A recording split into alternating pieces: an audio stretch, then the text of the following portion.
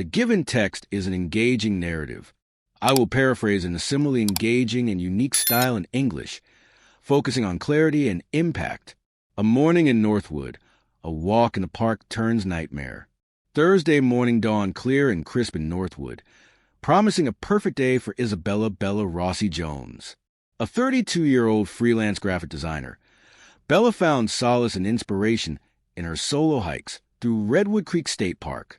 The scent of pine and damp earth filled the air as she hummed a cheerful tune, capturing moments of nature's beauty with her smartphone.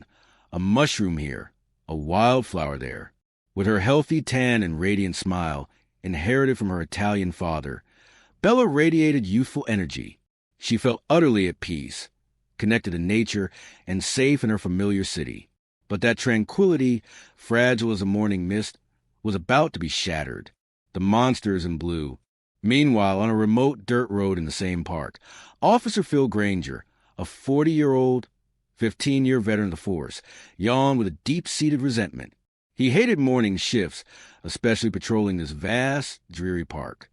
Granger, lazy and spiteful, felt left behind by the new system, and particularly by the reforms implemented by Chief Jones, a younger black man.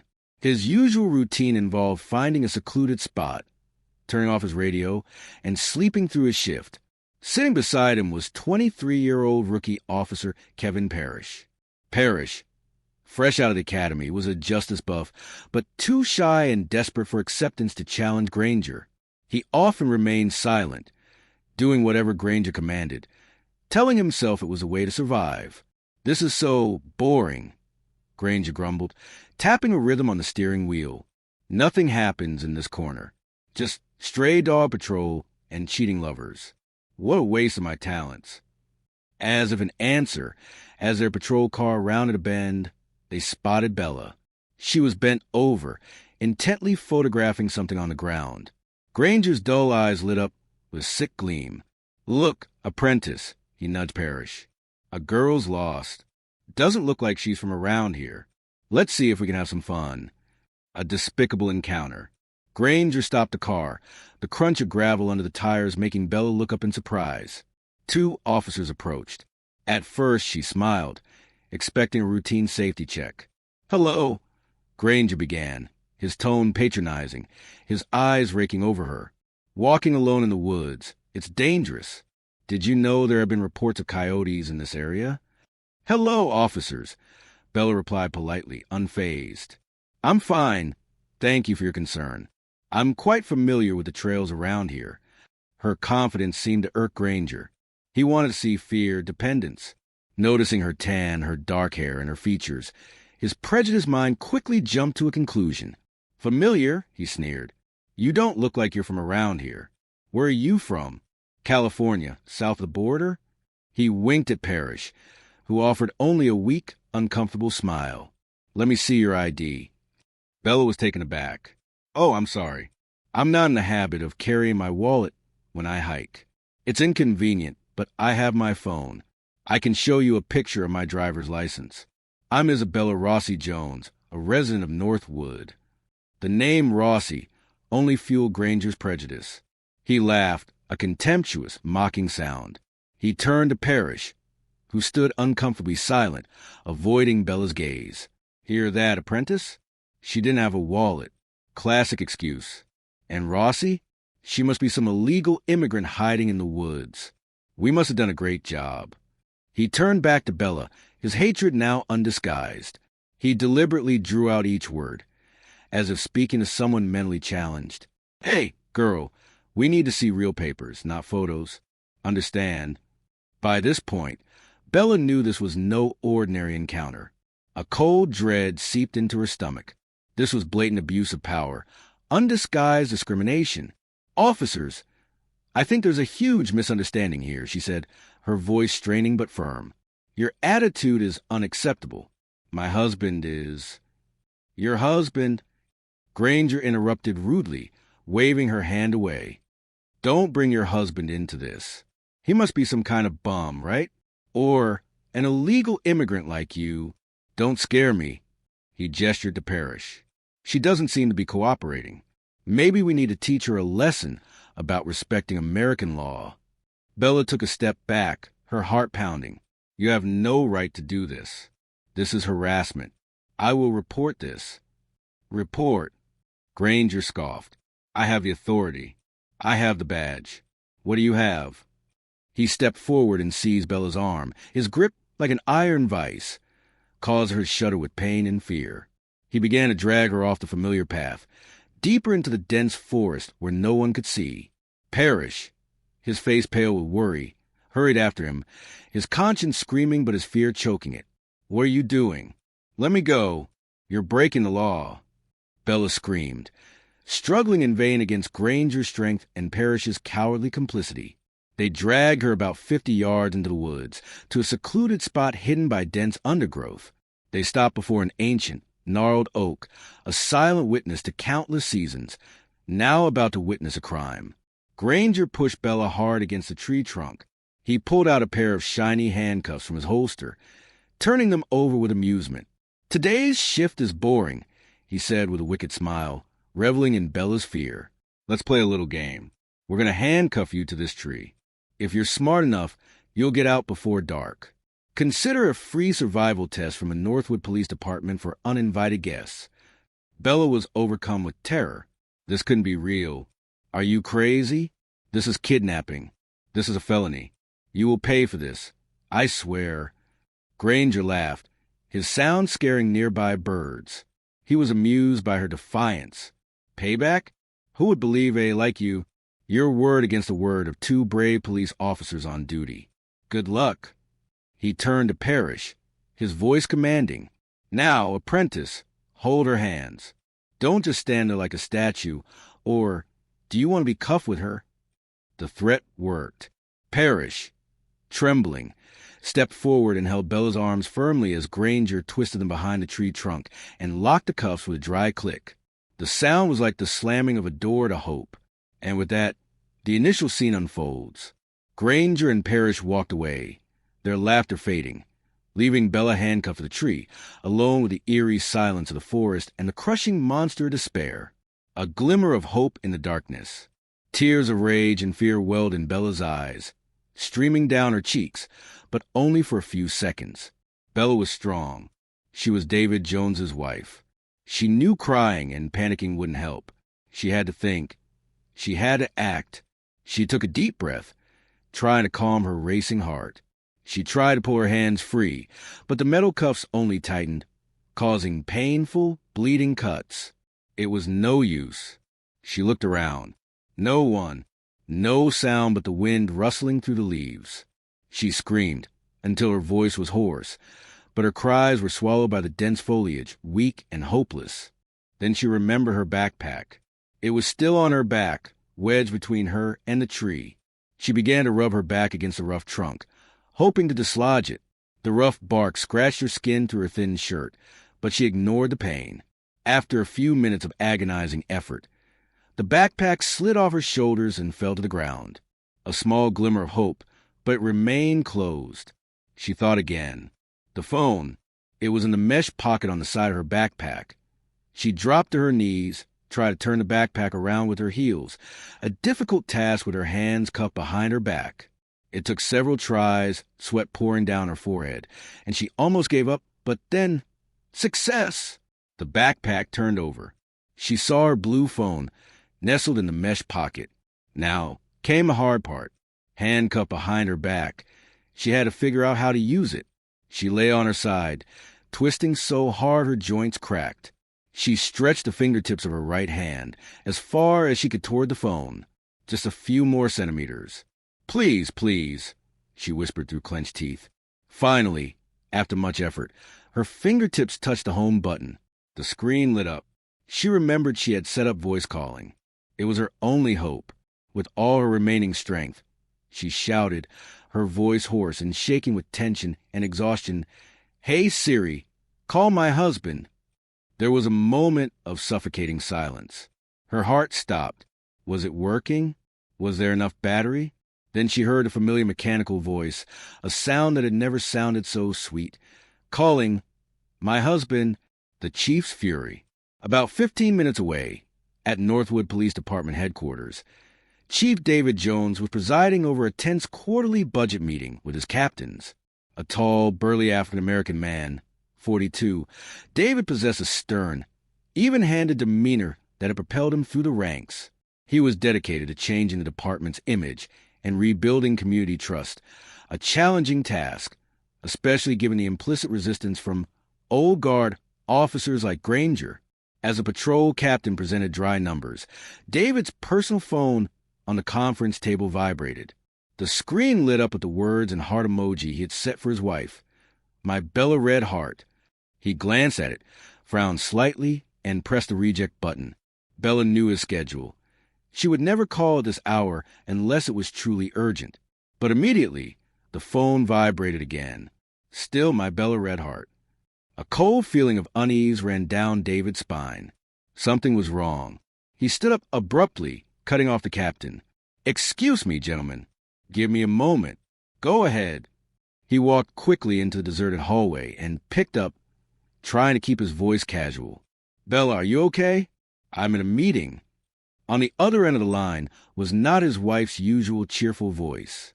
It was a ragged, panicked whisper, barely audible. "David, I'm at Redwood Creek, near the Northern Trail. I'm handcuffed to a tree. 2 of your officers, Granger and Parrish, they did this." David Jones's world stopped spinning. His wife's words were like shards of glass stabbing into his brain. Handcuffed to a tree. Granger and Parrish. His 2 officers. Anger and fear surged through him, a primal fury he had never felt before. The composure of a chief was gone, replaced by the panic of a husband. He didn't waste a second. He ran back into the conference room, where everyone stared at him in confusion. He slammed everything on the table, sending papers flying. "Meeting over. All team leaders. Return to command room immediately." He rushed to the central control room, his voice booming over the intercom, steely and authoritative, startling all the staff. "Operator, emergency alert. Locate the GPS location of this phone number immediately. Mobilize full SWAT team. Location, Redwood Creek National Park." Then he picked up his radio, his announcement blaring across all frequencies, stunning every officer on duty across the city. "All units, this is Chief Jones. High alert. The chief's wife is in danger in Redwood Creek Park. The suspect are Officer Phil Granger and Officer Kevin Parrish. Block all exits from the park. Arrest on site. I repeat, arrest on site. This is not a drill." Justice is swift. Meanwhile, Granger and Parrish were leisurely driving out of the park. Granger was whistling a lopsided tune, pleased with himself for his joke. He felt he had taught an immigrant a lesson. Parrish sat silently, racked with guilt and fear. Suddenly, the radio in their car crackled with the angry voice of the chief. They heard the name of the park. They heard the description of a woman being attacked. And then they heard the fatal phrase that sealed their fate. The chief's wife. Parrish went deathly white. He turned to Granger, his voice shaking and stammering. "Granger, no. It can't be that woman. She said her husband was, and the name Rossie Jones. Jones. God Jones." Granger stiffened too, the smile on his lips frozen. He remembered Bella's words, which he had dismissed with contempt. He remembered the double name she had given him. He hadn't believed it. Racial prejudice had blinded him. He couldn't imagine Chief Jones, a black man, having a white wife with Italian features. The thought was too complicated for his simple, hateful mind. "No, it can't be," he muttered, trying to cling to denial. A coincidence? It must be a stupid coincidence. But it was too late for denial. Right in front of them at the turnoff to highway, 3 black SUVs from the task force pulled up, lights flashing, sirens blaring, blocking their exit. The door of the lead vehicle swung open. Chief David Jones stepped out, his face no longer that of a calm leader, but that of a husband, a man on the verge of explosive rage. David marched straight toward Granger and Parrish's car, his hand on the gun at his side. His voice roared, echoing to the woods, a roar of pain and anger. "Get out of the car. Hands on your head now." Granger and Parrish stepped shakily out of the car, their hands in the air like criminals caught red-handed. David stepped forward, standing in front of Granger, his eyes burning into the officer. "Where's my wife?" he asked, his voice low and menacing. Each were a hammer blow. Granger stuttered, trying to conjure a pathetic excuse in his panic. "Sir, it was just a joke, sir. A misunderstanding. We were going back to release her." "Really? Answer my question." David roared, his shout making both cops jump. "Where is she?" Parrish, terrified, could no longer contain himself. He burst into tears and pointed shakily toward the woods they had just left. "There, by the big oak tree near the stream." That was all David needed to know. He turned to the Special Forces officers, who looked at his two colleagues with disdain. "Cuff them. Take their weapons, their badges. Take them to the station. Keep them in separate cells. Don't let them talk to anyone." Then he and a small team rushed into the woods in the direction Parrish had pointed. His heart pounded in his chest. He called out to his wife, "Bella! Bella, it's me." Each second felt like a century. Finally, they found her. Bella was still handcuffed to the tree, looking small and exhausted, her clothes dirty, her wrists bloody, but her eyes lit up when she saw her husband. The moment David pulled the key, released the cold handcuffs from his wife's wrists, and held her close, it was an image of release, of love, of an unspoken oath of justice. He knelt, held her, murmured apologies and comforts, his anger giving way to relief and infinite sorrow. The fallout and a message of hope. After ensuring Bella was taken care of by paramedics and safely returned home, David returned to the police station, his face stone cold. He headed straight to the holding area where Granger and Parrish were being kept separately. He stood in front of Granger's cell, looking through the bars at his wife's tormentor. Granger cowered under his gaze. "Phil Granger, Kevin Parrish," David said, his voice cold and emotionless. "You are both hereby suspended without pay and face a criminal investigation for kidnapping, third-degree assault, abuse of power, violation of civil rights, and gross violation of your oath of office. You have the right to remain silent. And for God's sake, I advise you to do so." The fallout came as quickly and devastatingly as a hurricane. With Isabella's irrefutable testimony, GPS data from the patrol car and phone, and Parrish's tearful confession, Granger and Parrish had no chance to defend their actions. They were dishonorably discharged from the Northwood Police Department. Faced with serious criminal charges, they were sentenced to years in prison. Their careers, their lives, and their freedoms were completely destroyed by a cruel and stupid prank, an act of laziness, prejudice, and a corruption of power. The incident caused a media storm in Northwood. Police Chief David Jones faced one of the biggest crises of his career. But rather than cover up or downplay the incident, he chose complete transparency. He held a press conference, publicly condemning the actions of the two officers, calling them a disgrace to the department and traitors to the public trust. He pledged to root out similar bad apples in his force. He did not identify his wife to protect her privacy, saying only that the victim was a member of my family, a citizen they were supposed to protect.